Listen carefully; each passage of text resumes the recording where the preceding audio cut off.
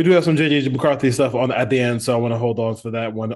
Yeah, The other obstacle that's blocking the Raiders from getting a quarterback now, I think in college football is there used to be a financial rush to go to the NFL because the money that players did receive in college was under the table. It was sneaky. It was very sneaky. Alabama, SEC money that would come in to players, and but players would say, "Hey, listen, I'm not. Let me just. I have an opportunity to go pro. Let me just go pro and get out of here." But now with NIL, um, players are gonna. I think for the league down the road, it helps because nobody's gonna leave. People can leave when they're actually fully developed. At the college rank, but you're seeing people like Klinick from Clemson stay at yeah. Clemson. Drew Aller, who he just watched the other day beat Boise State, and everybody's like, tweeting at him and tweeting saying, "You sure you want to stay? You sure you want to stay?" Yeah. Yeah, bro, he does want to stay. Reconsider. If you Reconsider. reconsider, because he got that paper coming in already. He don't gotta. There is no rush for him or his family to go jump in the NFL. And now, it makes some of these like this would be a decent class if you had, maybe like three or four other quarterbacks coming out. And then once you hit the I think if you had the process went all the way through and Drew Aller was a part of it, he would go one. As some he would surpass the other two. You can't Yeah. that frame. He's so young. Eventually, some GM is going to say, "Hey, the kid's fucking 6'5" and can run people over." Like, you know what I'm saying? Any Yeah. any lightning arm. So, but that's another obstacle they have to deal with. Is that the players don't, especially quarterbacks, don't feel like the quarterbacks are going to get the most money out of any NIL setup at any university. So, like, why not stay? Why not be? Chris Carter always talks about it. Like, they asked Chris Carter if you had to come back, you could come back as a Buckeye or a Viking.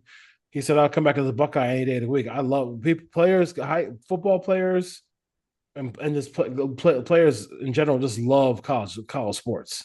Yeah. And now that life-changing money isn't the big step it used to be. It's not life-changing money anymore. One, there's a rookie wage scale. Yep. Two, the NIL money is just boatloads of money. It's just boatloads. And it's not just money either. This is all opportunity. They're not getting in trouble anymore for certain things that they'd be doing or that they would be getting in trouble for, years ago and years past.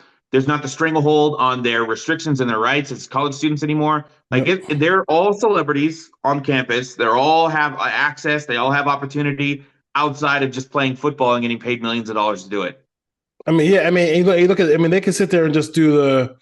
I mean, it's NIL. It's like, oh, a dealership wants you to stop by and do an appearance. Yeah, Like they can do a lot. They can do a whole lot. And yeah, right now with the ruling of Tennessee versus whoever, like, oh, sorry, Tennessee versus the NCAA, and the NCAA is just going to sit back and collect cash. They don't want to put their foot in and say something because then all of a sudden those players in college are employees, yeah, and then you got to pay, and then you got to worry about unions and all other stuff like that. So they just want to sit back and relax and just cash those checks and make their six-figure salaries.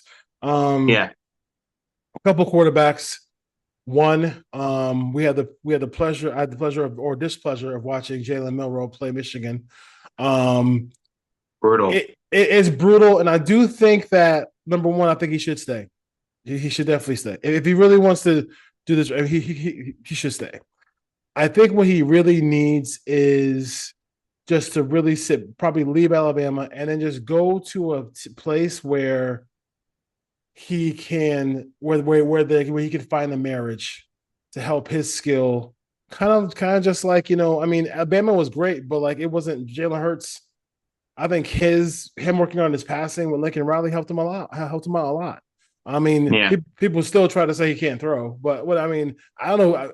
I don't know how AJ and Devontae Cachos get 1,000 yards every year, but he can't throw. It's Um, Tanner McKee. Obviously, it's Tanner yeah, McKee. Senator McKee. So, thoughts about Jalen Monroe and what if you were advising him, what you would advise him to do. And I mean, he does have some physical ability. It's not like Yeah. it's not like he's one of these guys that has nothing there. I think he was. I think it's hard to learn the Nick Saban system and the be under Nick Saban for 2 years or whatever it was, and then turn around and be under like a whole new different type of system, a whole new different type of coaching philosophy, a whole new different type of talent. That system is not insulated the way it was under Nick Saban, and so Well, I think it's really really difficult for him. I think it'd be difficult for anybody really. It's not just going to be, oh, you play for Alabama. Here's all the insulation that you've always had in that situation for a quarterback. 1A would be to transfer to a big place, a really substantial place if you are getting offers for that, whether if that be Oregon, whether if that be Ole Miss, whether if that be any number of places that might need a quarterback next year, and that might entice you to leave. And then 1B would be to stay and try to learn your best under Kalen DeBoer and develop your skills. But a distant, like after a decision in that regard and scenario would be to enter the draft. I just think it's a terrible idea. I think the Carson Beck situation was terrible, and I think the Jalen Milroe, if he decides to declare, is terrible. And I hated the idea of Drew Lar going back, but it was the right decision for him. It's like these guys don't need the NFL right now, and it's nice for the dream for that because the money and the access and it's pro football and you dream about your whole life, but the pathway now to stardom in the NFL for quarterbacks, it looks like being transferred to another situation and trying to blossom your skills. It's why you see the guy that just that just went to Oklahoma and just transferred over there, the Washington State quarterback, or I forget his name, but it's like that really, Mateer, really, what is it? Mateer. Yeah, Mateer. It's like this is the path. You're transferring over, you're honing your skills, you're looking good on paper, you're trying to pass the eye test with a better situation for you. And that's how quarterbacks get drafted in the first round. And that's how quarterbacks, evolve their skills and talent. Like we are 2 years or 3 years removed from me being like, there's no way I could trust a rookie quarterback who's going to be 25 in January before the season even ends. And I was so off Hendon Hooker because of all that. Only to turn around and be like, now all these guys are going to be 23 and 24. The majority of these quarterbacks are because they're not staying in one spot anymore and coming out unless they've won the Heisman, unless they're putting up ridiculous numbers, unless someone tells them you're guaranteed to be a top 10 pick. I've already spoken to 5 general managers. Like, just do it already. It's like there's less Caleb Williams situations and there's going to be more Jaden Daniels situations and Michael Penix. It's just the nature of the position now. These guys are going to stay in college for an extra year or two that when they don't have to, even if they get drafted in that regard, because they're going to develop their skills, develop their draft stock, their profile, and they're going to then enter the draft as a two-time or one-time transfer and someone who's risen their draft stock enough to where these teams fall in love with them and make them franchise quarterbacks. And by the way, they're going to be much more developed than a lot of these other quarterbacks are in that situation. So we've seen now 5 players legitimately look like they could play in the NFL, and 4 of them had already transferred to have been transfers. I mean, I don't know what else you want me to say other than that. It's like this is the nature of the college quarterback position now. And it's gonna be that much more beneficial. So if I'm Milroe, I'm looking for another place. I'm desperate to find somewhere else He needs that can to. help me become a pro player. Yeah, he needs to. I think it's pretty clear that he does need to take that next step, and to do that, I'm not sure. There are rumors about Michigan. No, I'm sorry, not Michigan. Notre Dame. Notre Dame. Stuff like that. So we'll see. I mean, Notre Dame is it's you have the benefit of like honing your skills against really they'll play like maybe 2 or 3 tough games, but after that, it's all like kind of easy games. So you get that scrimmage type feel, active scrimmage type feel, in a lot of those games. So we'll see. But he does have a big arm and he can run. Yeah. So picking those times when to run, all those stuff like that. I mean, that's going to be the biggest thing for him. And can he just make those layered throws and those touch throws and those throws where you can stand in the pocket where somebody's bearing down on you, but you hold it for that Yeah, last second because the receiver on the crosser is crossing the face of the defender, and then yeah, it's gonna be a big play. So you see flashes, and I like I said, I wish him the best. I just don't think I think he has a chance to be good. I think Kellen DeBoer is a good coach. Obviously, what he did at Washington. I mean, just turning that whole program around, coming this close to winning a national championship, it's just not a great marriage. And I don't think he was in a position where he could have walked in year one and just not play Jalen Milroe. sure. Yeah. Yeah, I think the other thing to that is that first of all, I don't if Alabama suffered their fourth loss of the season, don't think for a second that Kalen Moore is not going to turn that stuff around and Alabama is not going to Yeah. be right back in the thick of things in the next year. So that's number one. But for in terms of Jalen Milroe, I think that his best opportunity is to transfer because that's the nature, like I said, that's the nature of the quarterback position now in college football. Like you're trying to raise your draft profile stock. He obviously wants to go pro.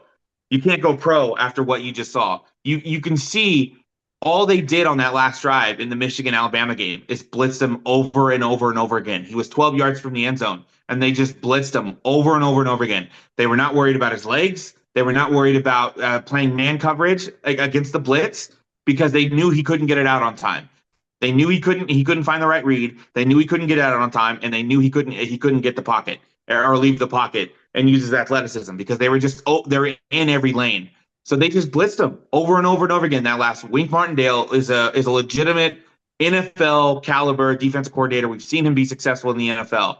So he knows when he sees a quarterback that's shaken or has happy feet or that folds under pressure. And you just can't take that into the NFL. You have to show something else in that. And transferring out and going to a place where you're better insulated and maybe the expectation is not for you to win a national title, immediately, maybe that'll do him well in order to develop his skills and hone what he needs to hone in terms of making the next leap to the NFL. Right now, I think it'd be a catastrophic mistake because he'll Yeah. get drafted by a team that is going to overdraft him and throw him to the fire, and it's going to just turn out to be a disaster. It's gonna when you can't hide under the radar when you're an Alabama Yeah. quarterback. So as soon as that, even though the idea might be like, hey, we're not going to play you for 2 years, the pressure to play him for 2 years from our owner saying, well, the guy we have in there, we have stinks right now. I'm paying you all this money to get him ready. I know it's game 7, but throw him in there. Like, you know what I'm saying? Yeah. So it is what it is. So that's what I would definitely recommend him staying and trying to go with some find a quarterback whisperer if he could find one. Um Yeah. JJ McCarthy. I kind of think I just it's one of these things where like I just think it's freaking hilarious. Just so fucking funny Today. because I literally last year when I would go on Twitter Spaces and people would go crazy on me and say, "You would take JJ McCarthy in the first round." You Holy take Bo shit! Nix? Yeah, yeah. But the funny thing about it is the guy who was probably the preeminent play caller in all of football, and the guy who is like has Sam Darnold on the cusp of maybe going to a Super Bowl took him, and he was ready to Yeah. roll, and he was ready to roll with him. But before he tore his meniscus, if you will. So now the Raider content creators swoop in and say, "Hey, let's trade for JJ McCarthy." So let's just bring. I had a show on the Put on Raiders podcast talking about this whole situation. So for you, can you give me like all the different layers of why JJ McCarthy why the Vikings would not trade JJ McCarthy? Okay, well, the obvious is that he's still a rookie. The season's not over, and they traded up to get him. Not only did they trade up to get him, they traded a first round pick, which means they have the 5th year option. I've told today that he's worth no more than a second round pick now to anybody. I was told that today on Twitter for whatever reason. You're not going to get him you're not going to get him for a second round pick. You're not going to get him for anything less than a first because that's just the nature of it. The Vikings aren't going to trade him anyway because Sam Darnold is playing. Yes, Sam Darnold's 27. Yes, I get all that. But what's to say that they don't make Sam Darnold a 3-year, $120 million deal with 110 or 115 million dollars guaranteed, and they're just like, we are so comfortable having JJ just sit behind Sam Darnold for the next 3 years. We can be that because they watched the division rival do that in that case. Now, it was a different caliber of quarterback. Sam Darnold is not Aaron Rodgers. He's having a fantastic season, but he's not a 4-time MVP, first ballot Hall of Famer. Not yet, at least. I mean, this season was an unbelievably good season for him. He saved his career. He's going to earn the biggest paycheck of his entire life. He's finally going to get the money that he's been chasing by being the quarterback position. But they're not just going to give up on JJ McCarthy when they traded up to get him. The whole plan was for this to work out the way it's worked out for them. They planned on Sam Darnold being successful in this offense. They planned for them to win games with Sam Darnold at quarterback. They planned for all this to happen, and it happened the way they planned for it. You cannot convince me that they're like, we're not going to see what Tampa Bay did with Baker Mayfield and not think that we can't get the same out of Sam Darnold with our situation. The difference is we're going to be prepared by taking a guy that we loved out of the draft and developing him into an NFL pro quarterback. JJ McCarthy is still 21 years old? He's not even 22 yet. He's one of the youngest players in the NFL at that position. You're going to wait around for this guy, and you're not going to take a second-round pick or a bunch of mid-round picks to trade him to somewhere when you invested into him and you're investing into him heavily over the next couple of years to develop him into a franchise quarterback. If Sam Darnold turns 31 and they've won a Super Bowl, then we can have the conversation about them getting rid of JJ McCarthy when his 5th-year option is coming up. Not the year after they just drafted him and spent a first-round pick for him and traded up to get him. It's ridiculous. They're going to keep spoiler alert. They're going to keep Sam Darnold. They're going to sign him to a big deal, probably 3 years, 150, or 4 years, 170, whatever that number is going to be, where he's making between 47 and 55 for 3 years, and there's going to be 3.5 years or 2.5 years of guaranteed money, and they're going to keep JJ McCarthy. Spoiler alert. That's what's going to happen this offseason. No, he's not going to the Rams. No, he's not going to the Niners. No, he's not going to any of these other teams. Minnesota's going to keep him, and they're going to let JJ develop underneath him, because that is the best case scenario for everybody involved. It just is. Yeah. It's a win-win-win for the Vikings. They cannot lose by signing Sam Darnold and keeping JJ McCarthy. And I would say to ridiculous. I would say for Rare Nation, it is more likely, and either one is going to be unlikely, but it's more likely that the Raiders end up with a Sam Darnold than they do a JJ McCarthy. Yeah. I mean, like just to be real, because he could say if they wanted to be assholes, they could say, you're going to take our 2-year deal, like all this money, and if you don't take it, we're going to just franchise you. Yeah. If they want to just be absolute, like, Bill Belichick asshole, like, what I'm saying, if they want to do that. Yeah. But, which for him still would be the biggest paycheck he's ever made in all of his pro football career. 100%. So you have that. It's like $33 million for 1 year, guaranteed. 100%. And then you have that scenario, or if they do have the understanding together and say, listen, you got the kid behind you. You got Daniel Jones here. Like, what I'm saying? Like, let Daniel Jones be me of this year, or try to do that. And let me just please be a free agent. I've never had an opportunity to do this. Let me just go whatever. If they wanted to do that. But, like, to me, I cannot see why he would want to leave that scenario. The best place he's ever been. Yes. Like to go back to the Jets, to come to the Raiders. Yeah, right. Like, what I'm saying? Like, I mean, like the Saints. The Saints, like, I mean, like, every place is, I mean, it's not like he's gonna be anywhere he goes is gonna be looking left and say, "Hey, Jordan, how you doing? Hey, 18, JJ, you good over there? All right, good. Aaron Jones, It TJ does. Hawkinson. What's my tight end? And then they have an offseason again. Do they have a first round pick this year? The, Yeah, they do, so I I mean, think yeah, so. I think so. I mean, like they They could. did. So that was the other misconception. Somebody told me that they traded up a first round pick to get him because they swapped first round picks. It's Yeah. like this is the media literacy and the football literacy that we're dealing with on Twitter every day. And all we want is a quarterback for the Raiders. And we have to deal with that type of like football literacy. Yeah, I mean, because like Google's free. Google's free. The Vikings currently have. Let's see here. Do they have it? They have one. I don't know if they have a first rounder. They had two last year. I They don't have. think they traded this one to get either of those two. I don't know. I'm Or did going. they? I think they might have. I think I'm trying to think who they. No, no, no, no, no. They got a first round pick. Yeah. Damn, they got JJ, and these mofos didn't even give up a first round pick this year. Oh my god. No. The package they traded Oh up for to get JJ god. McCarthy was a fourth round pick and a fifth and sixth round swap. And then people Oh, try to tell me that the Raiders had no opportunity to trade up. Okay. I gotta say, Questy has not had good drafts, but that was a good fucking move. That's a great Yeah. fucking. That's a great Yeah. move. That's a great move. That's a It great was an move. awesome move. Jesus It just Lord. was.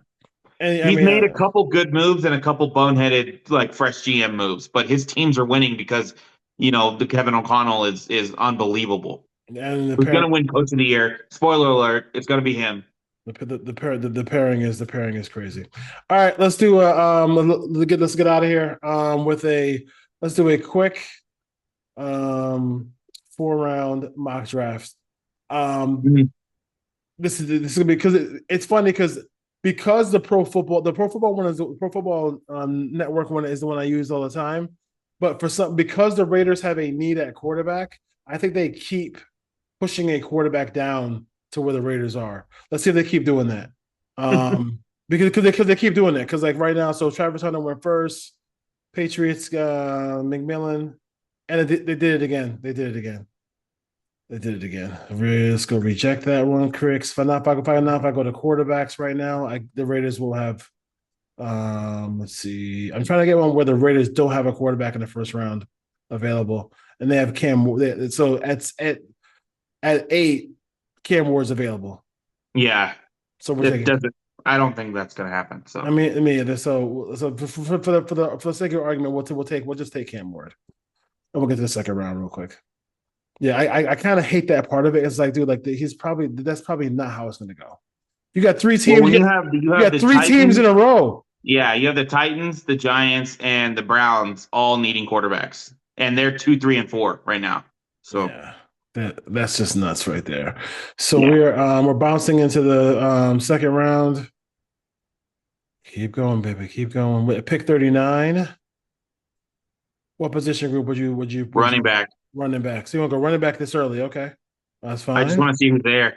Running back, and let's go to you got Judkins, you got Henderson, you got Singleton from Penn State. No Hampton. No, I know he's gone. He's gone. What about Hampton, wide receiver? wide receiver. We got the kid from Stanford. We got Evan Stewart. We got Xavier Resprito Respeto from Miami. from Miami. Yeah. Okay. What about Tight man? end. You do have the tight end from Bowling Green. Can't do it. We got two guys. Go to corner.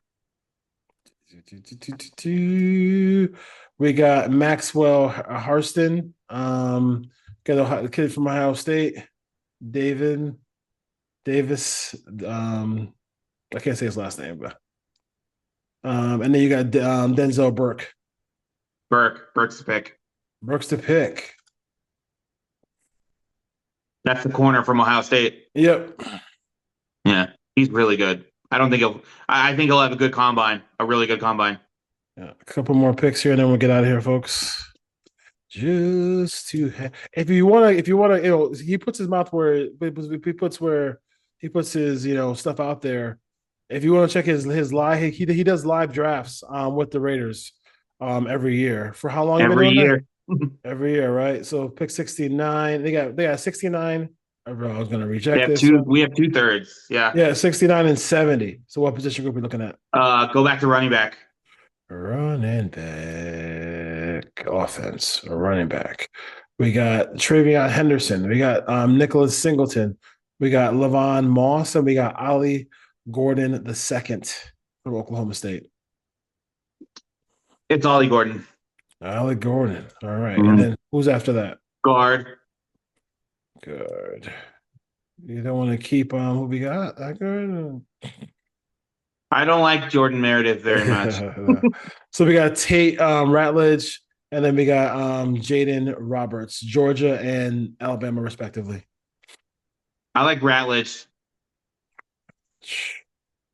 We got Ratledge, and then we'll do the fourth round. Then we'll be done.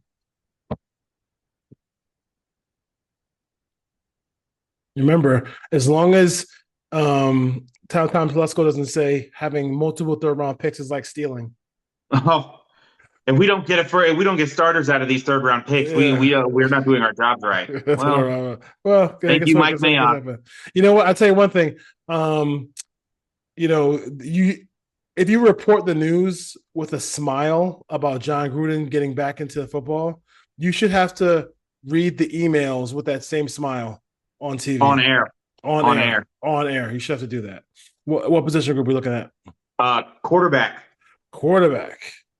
All right. So we have Will Howard. We have Kevin Rourke, Dylan Gabriel, Kyle McCord, Brady Cook. No, okay. Go to middle linebacker.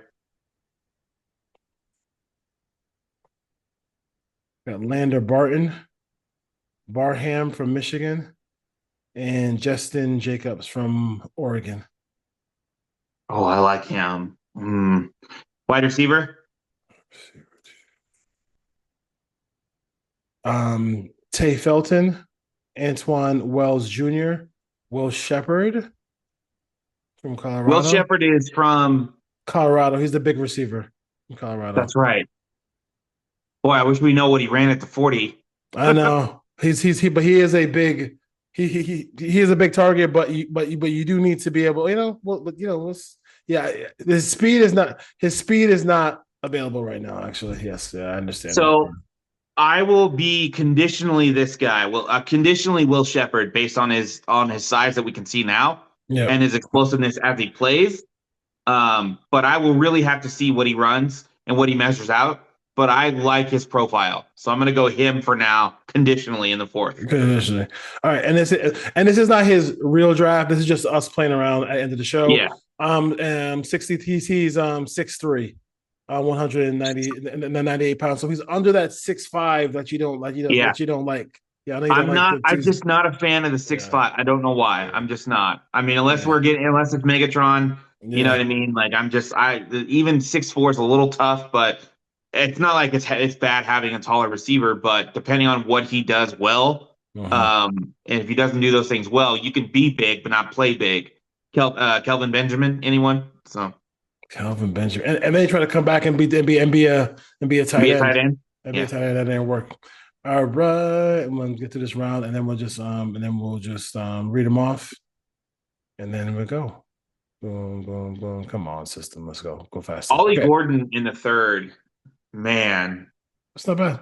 that would be real nice. And even if he wasn't there, I would have taken Trevion Henderson. Yeah, Just there's gonna be one of these guys are gonna be a steal in the third. It's gonna be like there's gonna be a batch of like three or four running backs that are gonna go in that late second, early mid to late third, and yeah. there's gonna be like four of them right there. Whether if that's Judkins or Henderson, whether that's Singleton, whether if that's Ollie Gordon, like it's one of these guys Yeah.